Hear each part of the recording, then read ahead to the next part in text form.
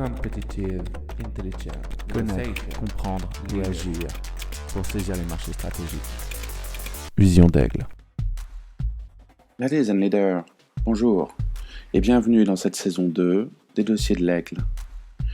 Cette saison va se consacrer principalement à toute la problématique du leadership, de la compétitivité et la manière dont ces deux aspects permettent de bâtir un monde beaucoup plus vivable, c'est-à-dire un monde viable. Pour cette première partie, nous allons aborder le cas emblématique de Bernard Arnault, le PDG de LVMH, qui a su cultiver la grandeur, qui a su développer un artisanat en sachant utiliser les méthodes du renseignement économique, de la négociation offensive, au service d'une vision, au service d'une idée. Bernard Arnault naît dans le nord de la France, à Roubaix, où il reçoit une éducation familiale, cultivant en lui le sens de la discipline et de la rigueur, que ce soit par les arts, comme le piano, art par lequel il sait s'exprimer avec brio, mais aussi par le sport, comme l'équitation. Il développe aussi une conscience frugale des choses, grâce à sa grand-mère notamment, qui est très active dans son éducation. Bernard Arnault, c'est quelqu'un qui est issu d'un milieu bourgeois, donc c'est un privilégié. Il évolue dans une culture alsacienne, auvergnate, avec une forte tradition militaire, ce qui l'invitera notamment à étudier à Polytechnique. Mais le jeune Bernard Arnault aspire à quelque chose d'autre. C'est ce que révèle notamment Éric Routhier dans son livre « L'ange exterminateur ».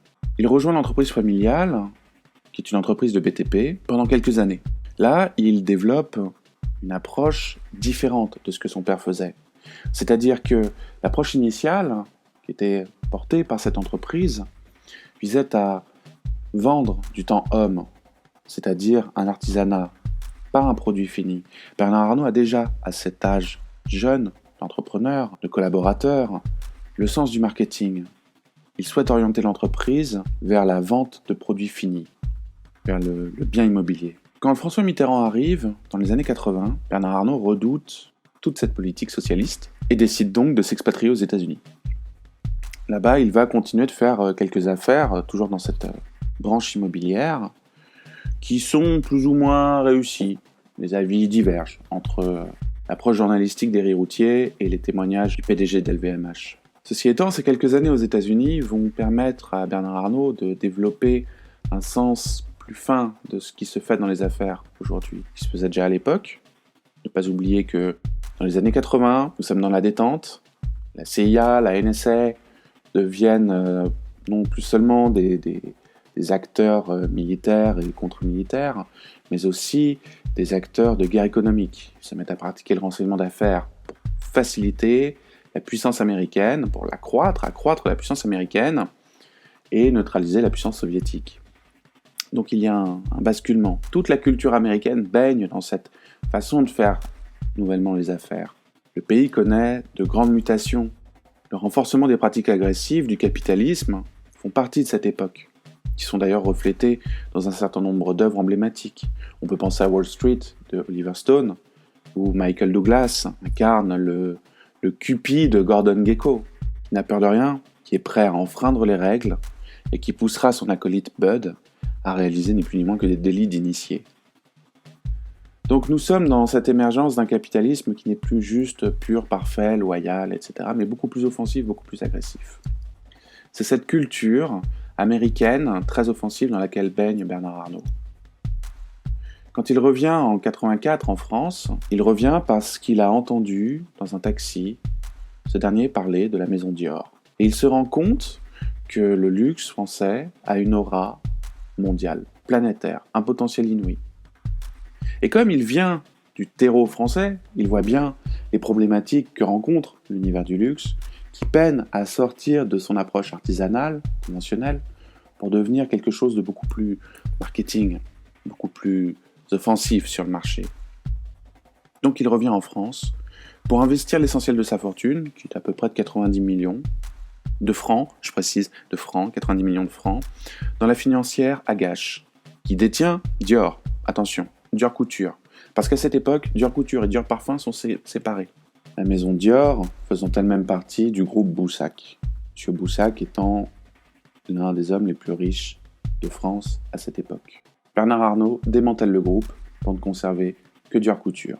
Et il prépare la réunion de branches séparées en s'invitant au capital de la toute nouvelle société LVMH, elle-même réalisée par la fusion des deux groupes Louis Vuitton, pour tout ce qui a trait à la maroquinerie, à l'habillement, et Moët Hennessy, pour tout ce qui a trait aux spiritueux, au vin, et ainsi de suite.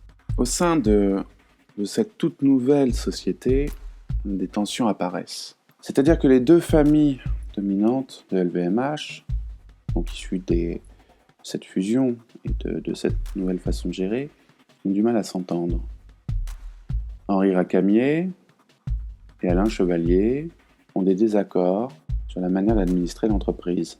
Henri Racamier va pousser Bernard Arnault, qui est actionnaire dans LVMH, à augmenter sa position, donc à acquérir plus d'actions. Bernard Arnault observe cette situation, il est très conscient de sa vision, il est très conscient du temps qui change, et puis il est très conscient des nouvelles pratiques d'affaires. Il va devenir l'un des principaux actionnaires et il va monter une stratégie de prise de contrôle sur l'ensemble de l'entreprise. Il va le faire de deux manières. Il va le faire en scellant des alliances avec Henri Racamier et Alain Chevalier. Chacun ignorant plus ou moins ce qui se prépare. Bernard Arnault va également solliciter un de ses anciens partenaires, à savoir la Banque Lazare, mais aussi le Crédit Lyonnais, parce qu'il a besoin de capitaux. Sa tactique implacable va lui permettre de prendre le contrôle de l'entreprise et de spoiler, dirons-nous, la vieille garde. Il le fait parce qu'il a compris que le monde a changé et qu'il est nécessaire d'aborder la gestion des projets, la gestion de la créativité d'une autre manière. Il l'a compris lors de son expérience dans l'entreprise familiale. C'est-à-dire qu'il y a la gestion de la production et il y a la gestion des marques. Il y a le savoir-faire et il y a la stratégie. Il y a une approche concrète du travail et de l'art. Il y a une approche concrète de la gestion financière. C'est pour cette raison que Bernard Arnault, en prenant le contrôle de LVMH, va décentraliser tout ce qui a trait à l'artisanat. Pour le libérer, pour libérer son talent, pour le valoriser. Et il va conserver à l'intérieur du véhicule maître, la maison mère, toutes les questions relatives au marketing, à la gestion financière, à la commercialisation. Cette méthode pragmatique, cette approche toute rationnelle, toute offensive, qui vise à connaître les personnes, à savoir les aborder, à savoir négocier, à savoir ce que l'on négocie, et à se projeter dans le temps pour bâtir des systèmes viables, est une méthode offensive. Et cette méthode offensive, elle lui permet en 10 ans seulement, de multiplier par 15 les résultats du groupe. C'est une réussite phénoménale. Et en même temps, d'accroître considérablement l'influence mondiale des marques, du savoir-faire français. Mais il n'en reste pas là. Car dans ses pratiques d'affaires, où il évolue comme un prédateur expérimenté, il se confronte à des cibles et à d'autres pratiques tout aussi efficaces, tout aussi percutantes. Il affronte notamment François Pinault, autre grand nom du capitalisme français, autour de l'affaire Gucci. Mais on peut aussi penser au plus récent, plus proche de nous, aux méthodes très très offensives, très très agressives qu'il a utilisées pour tenter de prendre le contrôle de la maison Hermès International. Les méthodes employées exploitent activement les aspects offensifs du renseignement économique, du renseignement humain, et par certains aspects du renseignement technique, comme en témoigne l'affaire Fakir et les liens entre Bernard Squarcini et le groupe LVMH. Bernard Squarcini, vous ne devez pas savoir qui c'est. C'est ni plus ni moins que l'ancien haut fonctionnaire de la police judiciaire qui a aidé Bernard Arnault, qui bénéficiait d'entrées et de logistique au sein même de la DGSI, donc Direction Générale de la Sécurité Intérieure.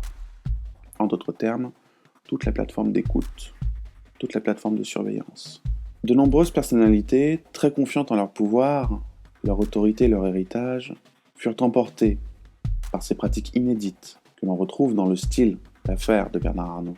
Car ces personnalités, issues d'un autre monde, d'un autre temps, d'un autre âge, n'ont finalement rien d'exceptionnel outre-Atlantique. La Banque Lazare, qui a été partenaire 2 fois de Bernard Arnault, conserve un souvenir assez mitigé sur le personnage.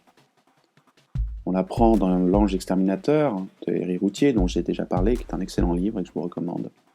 On apprend aussi dans le livre Ces messieurs de Lazare de Martine Orange, qui sont tous deux publiés aux éditions Albin Michel. Bernard Arnault, c'est un style très agressif, c'est une méthode, c'est un talent. Mais c'est un talent qui est au service de quelque chose, d'une vision. Une vision qui ne méprise pas le savoir-faire, mais qui au contraire l'entretient, le stimule, en compartimentant savoir-faire et commerce. Seul le renseignement économique permet de construire durablement. Sun Tzu écrivait que tout l'art de la guerre repose sur la duperie. Celui qui n'a pas d'objectif ne risque pas de les atteindre. Connais ton adversaire, connais-toi, et tu ne mettras pas ta victoire en danger. Connais le ciel et connais la terre, et ta victoire sera totale. Le leadership de Bernard Arnault repose sur la conscience que ce dernier avait de pouvoir accomplir de grandes choses. Conscience qui a été entretenue dès son enfance. Il s'est donné les moyens de ses ambitions. D'abord avec l'entreprise familiale, mais surtout au retour des USA. Sa conscience du potentiel économique du savoir-faire français l'a notamment conduit à employer ses talents de leader et les méthodes puissantes de la prédation américaine pour installer son influence durablement. En ce sens, Bernard Arnault fut un des précurseurs de ce qui doit devenir aujourd'hui la norme pour constituer des affaires viables dans un paysage de guerre économique. Plus encore dans un contexte de changement climatique aux finalités dévastatrices. Apprendre des meilleurs pour faire perdurer certaines traditions, certains arts, ce n'est pas se corrompre, c'est se donner la chance de réussir.